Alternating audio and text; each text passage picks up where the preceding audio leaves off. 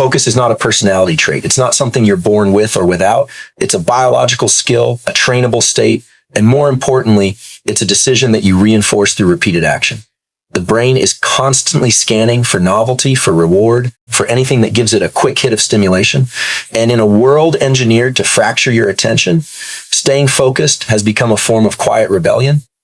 Every time you sit down to do something meaningful, there is a battle taking place inside your nervous system. One part of your brain is trying to conserve energy, to pull you toward distraction, toward comfort, toward anything that feels easier in the moment. Another part is trying to push forward, to lock onto a goal, to extend effort over time. The outcome of that battle determines the trajectory of your life. Focus begins before you even start working. It begins with how you structure your environment. If your phone is within reach, if notifications are turned on, if your workspace is cluttered, you are essentially negotiating with distraction before you've even begun. The brain doesn't like unfinished loops. Every notification, every visual distraction creates an open loop that pulls your attention away from the task at hand. The first step in the focus formula is eliminating friction between you and deep work while increasing friction between you and distraction. But environment alone is not enough. You have to understand the chemistry of attention. When you focus, your brain releases specific neurochemicals that sharpen your perception and increase your ability to sustain effort. Dopamine is one of them, but not in the way most people think. It's not just about pleasure. It's about motivation. It's about marking something as worth pursuing. When you attach meaning to your work, when you consciously decide that what you're doing matters, you amplify your ability to stay locked in. There's a reason why you feel more focused when something is urgent or important. Your brain prioritizes what it believes is necessary for survival or progress. So if you want to improve your focus, you don't just try harder. You redefine the importance of what you're doing. You make it non-negotiable.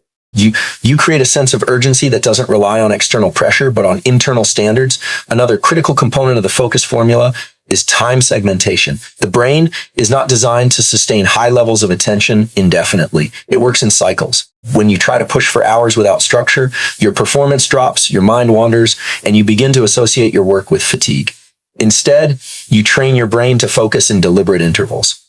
You commit fully for a defined period, knowing that rest is built into the system. This creates a rhythm that your brain can adapt to. During those focused intervals, the rule is simple: no switching. Task switching is one of the fastest ways to destroy focus. Every time you shift your attention, your brain has to reorient itself, and that comes with a cognitive cost. It might feel like you're being productive, but in reality, you're diluting your effectiveness. Deep work requires immersion. It requires staying with a problem long enough for your brain to move past the surface level and into deeper processing. And here's where most people fail. They expect focus to feel good. They expect it to be smooth, effortless, even enjoyable from the start. Real focus often feels uncomfortable. It feels like resistance. It feels like your mind is trying to escape. That's not a sign that you're doing something wrong. That's the signal that you're entering a state of growth. The brain resists effort because effort consumes energy. But once you push through that initial resistance, something shifts. Your mind begins to settle. Your attention stabilizes. You enter a state where time seems to compress, where your awareness narrows to the task in front of you. That's the state where real progress happens. To reach that state consistently, you have to train your ability to return to focus. Not just once, but repeatedly. Distraction will happen. Your mind will wander. The key is not to eliminate distraction entirely, but to shorten the time it takes to come back. Every time you notice your attention drifting and bring it back, you are strengthening the neural circuits responsible for focus. Think of it like a muscle. The repetition is what builds strength, not the absence of distraction, but the act of refocusing. Over time, this process becomes faster and more automatic. What once took minutes begins to take seconds. What once felt impossible becomes your baseline. There is also a physical component to focus that most people ignore. Your body state directly influences your mental state. Sleep, hydration, nutrition, and movement all play a role in your ability to concentrate. When you are sleep deprived, your brain struggles to maintain attention. When you are dehydrated, your cognitive performance drops. When your body is stagnant, your energy levels decline. Movement, in particular, has a powerful effect on focus. Even brief periods of physical activity can increase alertness and improve cognitive function. It doesn't have to be intense. It just has to be consistent. The goal is to create a physiological state that supports sustained attention. Breathing is another tool that can shift your focus in real time. Your breath is directly linked to your nervous system. Slow, controlled breathing can calm your mind and reduce internal noise, while faster, more rhythmic breathing can increase alertness. Learning to control your breath gives you a way to regulate your state on demand, but beyond all the techniques, beyond all the strategies, there is a deeper layer to focus. It's identity. If you see yourself as someone who is easily distracted, someone who struggles to concentrate, you reinforce that pattern every time you act in alignment with it. But if you begin to see yourself as someone who is disciplined, someone who follows through, someone who can sit down and do the work regardless of how it feels, you start to shift your behavior. Identity is built through evidence. Every time you complete a focus session, every time you resist distraction, every time you follow through on your commitment, you are providing your brain with proof. Over time, that proof accumulates and your self-perception changes.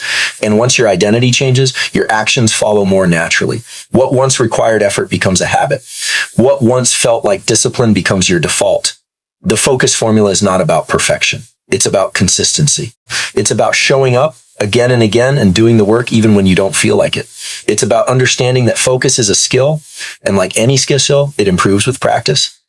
There will be days when your mind feels scattered, when distractions feel overwhelming, when staying focused seems impossible. Those are the days that matter most, because those are the days when you have the opportunity to prove to yourself that you can still show up. Focus is not built in moments of ease.